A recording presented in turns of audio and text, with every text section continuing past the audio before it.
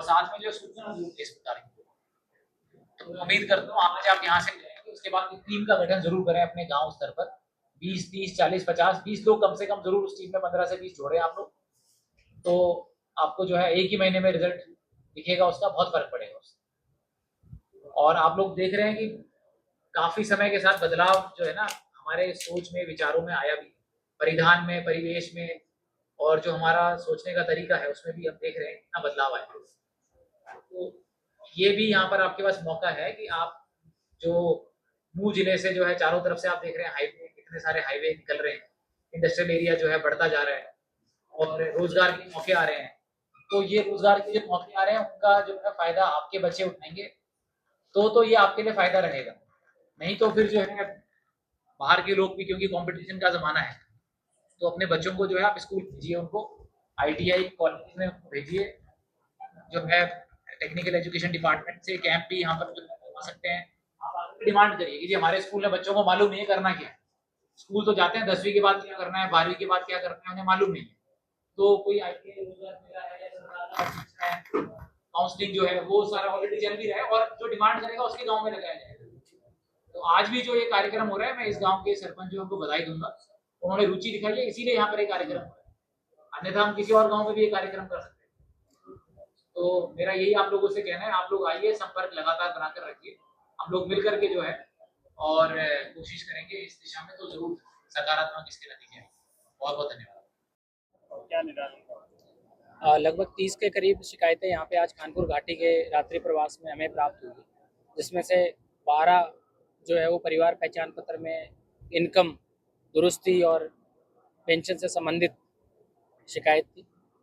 8 से 10 जो शिकायतें थी वो पेयजल और बिजली से संबंधित थी, और बाकी जो अन्य विभागों से संबंधित थी, जैसे 2 साइबर क्राइम से संबंधित थी, 3 तहसील से संबंधित थी, तो वो सभी अधिकारियों को मार्क कर दी गई और अधिकारियों को दिशा निर्देश दे दिए गए कि शिकायतकर्ता को सुनने उपरांत और उसके संतुष्टिकरण के बाद अपनी एटीआर जो है वो शीघ्र कार्यालय में भेजे। इसके अतिरिक्त नागरिकों को यहाँ पे बताया गया है कि अगर जो की गई कार्रवाई से आप संतुष्ट नहीं हैं और फिर भी आपकी कोई अगर बात है, तो आप सोमवार और बृहस्पतिवार को उपायुक्त कार्यालय में समाधान शिविर में आप वहाँ पहुँचे और वहाँ पे आप हमें अवगत करा सकते हैं। नशा, साइबर ठगी, इलीगल माइनिंग, कई तरह की बात सरपंचों के साथ बैठक में हुई थी। आपने स्वयं कहा कि जेल के निरीक्षण के दौरान तकरीबन 200 युवा साइबर ठगी के मामलों में जेल में फंसे हैं, कैसे देखते हैं क्या? जो साइबर अपराध है, चाहे नशा है या कोई भी सामाजिक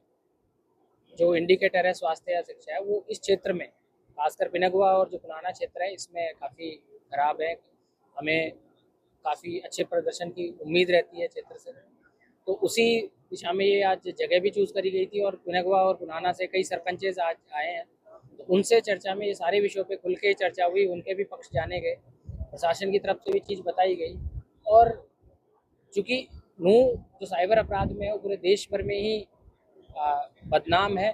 तो हमारा ध्येय है कि जो युवा पीढ़ी है या जो भी इसमें संलिप्त है उनको पहले हम गाइड करें। अगर वो गाइड नहीं होते हैं तो कानून के तहत उसको सज़ा मिले, ताकि और लोगों में उसमें रोक हो और आगे वो गलती नहीं करे। आज एक बच्चा आके वॉलंटरी उसने अपनी कहानी भी बताई, कैसे वो सुधारात्मक जीवन से उसने एक नई शैली भी अपनाई है, तो ये सीखने वाली बात है। एक ही उदाहरण क्यों ना हो, वही उदाहरण क्रांति ला देता है। और आज चूँकि अंतर्राष्ट्रीय जो नशाखोरी के विरुद्ध जो दिवस मनाया जा रहा है, international day against drug abuse and trafficking,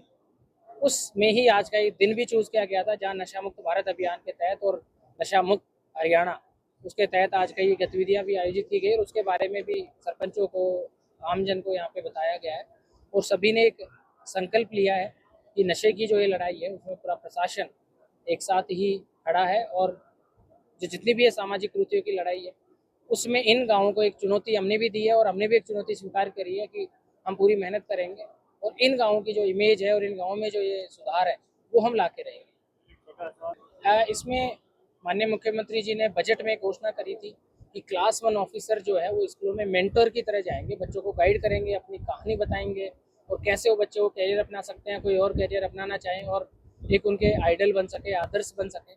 तो उसी कड़ी में हमने भी बढ़ेगा मेवात वाला जो कैंपेन चलाया था, उस कैंपेन में हमें महसूस हुआ कि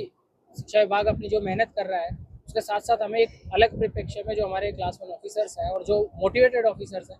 तो उसकी हम सूची बनाए जहाँ पे स्कूलों का रिजल्ट काफ़ी ख़राब है, जहाँ पे एनरोलमेंट ख़राब है, जहाँ पे कई तरह की दिक्कतें हैं। वहाँ हमने ये भी पाया कि जहाँ पे शिक्षा का स्तर खराब है वहाँ पे साइबर अपराध और अन्य तरह के जो अपराध है वो भी ज़्यादा पाए गए। तो लगभग 70 स्कूलों में हमने 23 ऑफिसरों की जो है ड्यूटी लगाई है। एक ऑफिसर के जिम्मे 3 से 4 स्कूल हमने लगाए हैं और ये सारे वॉलेंट्री काम है। इसके अतिरिक्त जो ये तो अधिकारी थे जो खुद वॉलेंट्रली अधिकारी हमने अलॉट किया है, पर मुझे पूरा भरोसा है कि मेरी टीम में और भी अधिकारी इच्छुक है जिनकी हमने अभी ड्यूटी नहीं लगाई है। तो उस गांव की वो प्राइमरी स्कूल हो, चाहे सेकेंडरी स्कूल हो, चाहे गर्ल्स स्कूल हो, उनमें जाएं और 10 जुलाई तक वो जाके चाहे वहाँ प्रवेश को बढ़ाना हो, चाहे अगले साल के रिजल्ट की तैयारी कैसे करनी है, चाहे वहाँ खेल की सुविधाएं लानी है, पौधारोपण करना है, तो वो उन बच्चों को एक मोटिवेट करेंगे, उनके आदर्श बनेंगे और उन टीचर्स के साथ वो मेंटर की तरह काम करेंगे ताकि इन जो गाँवों का है उसमें स्तर बढ़ सके और इसका रिजल्ट निसंदेह हमें अगले साल जो बोर्ड के रिजल्ट आएंगे उसमें ज़रूर दिखेगा।